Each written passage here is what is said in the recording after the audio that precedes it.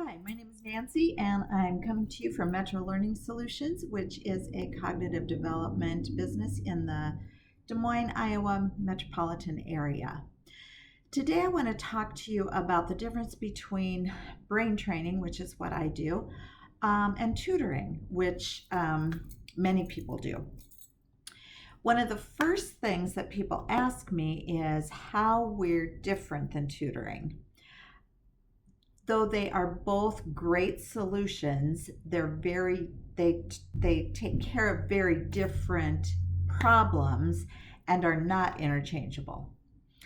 So let's talk about learning. Learning can be broken down into two components: strong educational content, and the second part is the cognitive ability to handle, learn, and apply and remember that great content. Tutoring is a resource for delivering or re-delivering content to increase understanding. Brain training or cognitive development, on the other hand, can improve any weak cognitive skills that are causing problems in the learning relationship.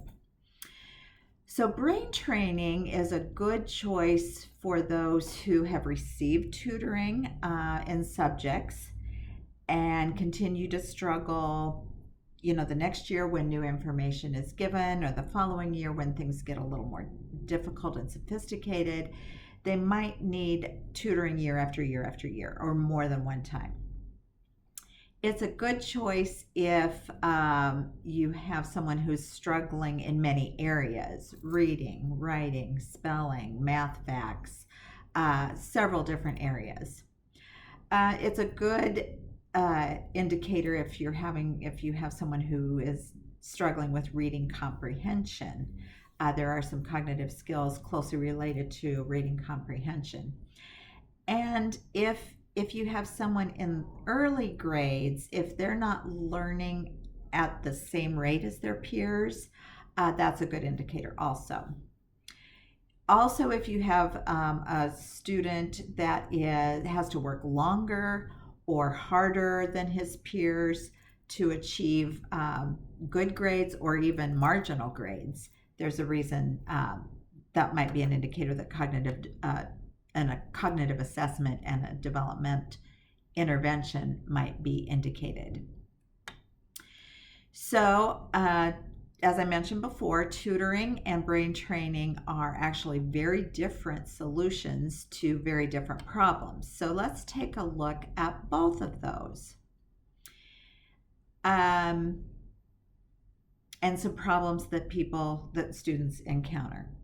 So if they didn't learn because the information was never delivered, or if it wasn't delivered well, for example, during this year, spring 2020, most schools stopped in the middle of March. So there was a whole long period where content wasn't delivered.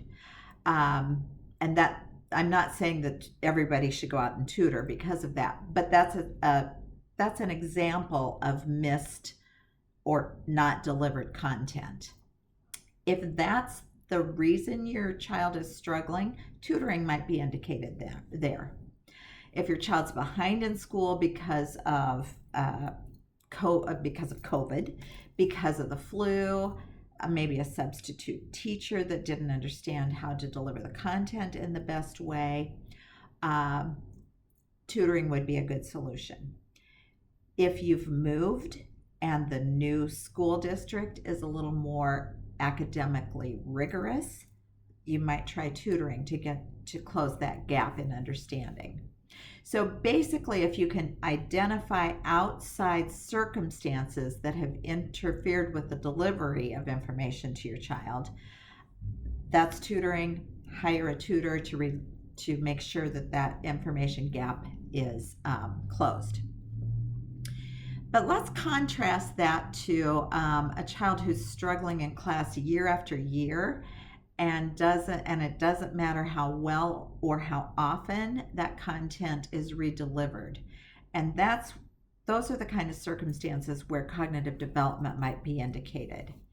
If a child isn't grasping that information, at least as well as their peers, repurposing and redelivering that content through tutoring might eventually get a child through an assignment or a class or a year, but it's not addressing the root cause of the problem, and it will probably continue to happen in the future.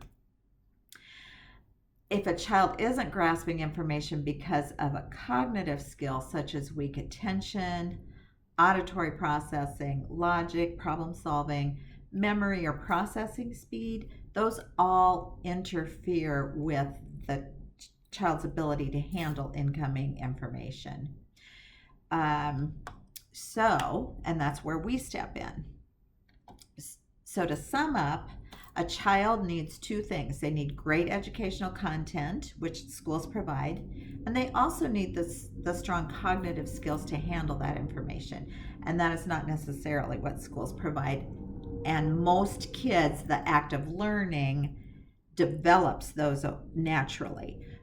But sometimes that doesn't happen, and that's where an intervention might be indicated. So if you have any questions about whether tutoring or brain training might be a good solution, and you're interested in getting started but you're not sure, please give me a call and I can talk to you about whether or not that might be an intervention that can work for you, your child, your family. Thanks, have a great day, and I'll see you next week.